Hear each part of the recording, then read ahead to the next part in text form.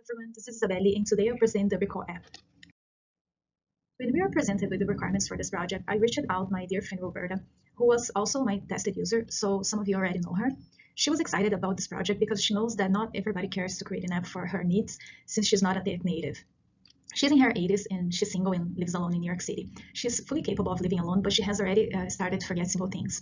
One of her biggest complaints is that she sits in front of the computer and only remembers to get up when she's drained. Then she asked me if I could create some sort of alarm to remind her to perform activities throughout the day. Then the ReCall app was born, which is an application that will remind my assisted users who live alone to perform activities previously configured by the assister. Here we can see the user interfaces. On the left, we can see the assister side. The assister will create reminders that will be performed by the assisted user. The assister will also check the assister today's activities as well as the check past activities. On the right, we have the assisted user side. Once the assisted turns the electronic device on, the app will greet them and ask them to start with their daily activities. We will explore more about them with the prototypes. But here we can already see some similarities and differences. The app was created to be cohesive and maintain some patterns. So we can see that the color schema is the same for both, as well as the phone.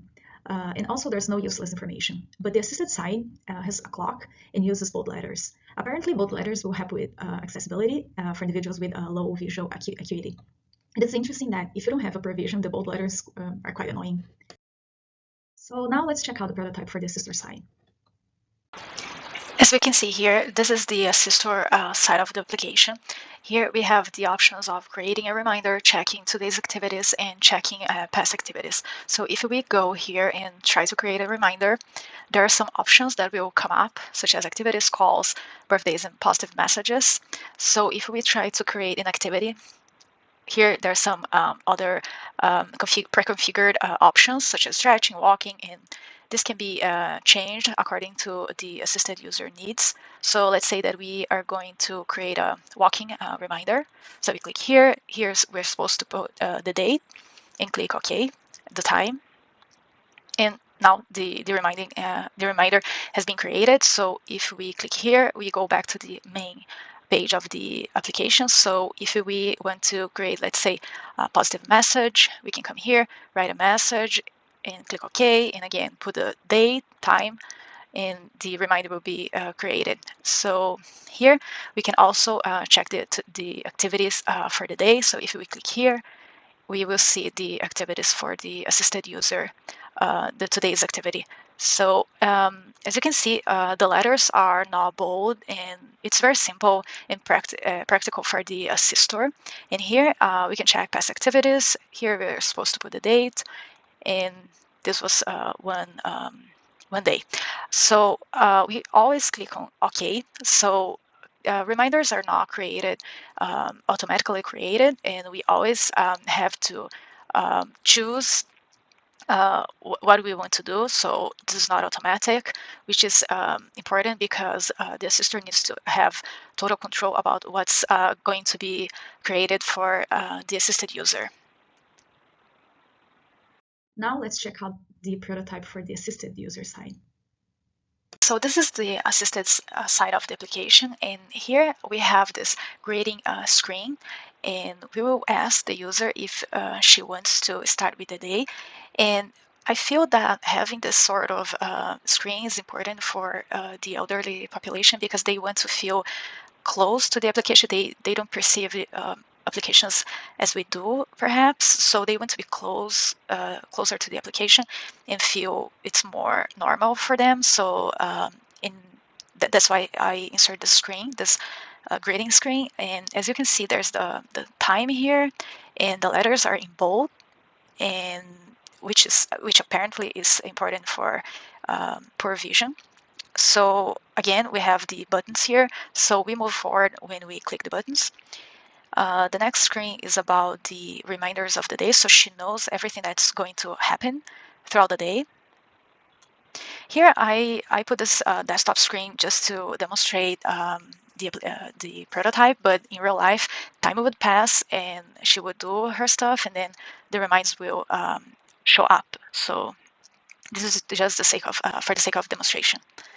So this is another. So this is the first reminder. So this is another thing that she asked me to insert an announcement for the reminders. So she would be she would know that something's coming up. So she likes this sort of announcement before the actual reminder, and so that's why I inserted this screen here.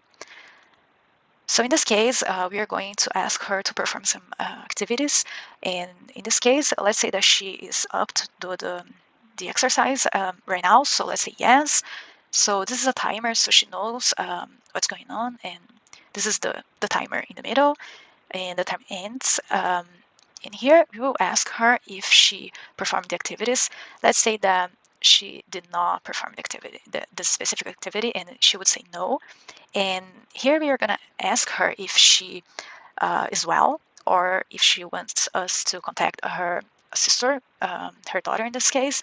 And if we say, if she says she is not okay, let's say she's not okay, so a message sent to Carrie. And then another message asking her if she wants to send a message to emergency. Let's say she does not feel that this is needed, so let's say no. And then let's pretend that she's okay right now. So the time is passing, and there's another reminder. So this is so another activity is going to show up, and let's say that now she does not want to do this, but not right now, maybe in 5 minutes. So this is another thing that she asked me to create more options, because before we had basically yes or no options, but she asked me to put more options. So let's say she would be available in 5 minutes.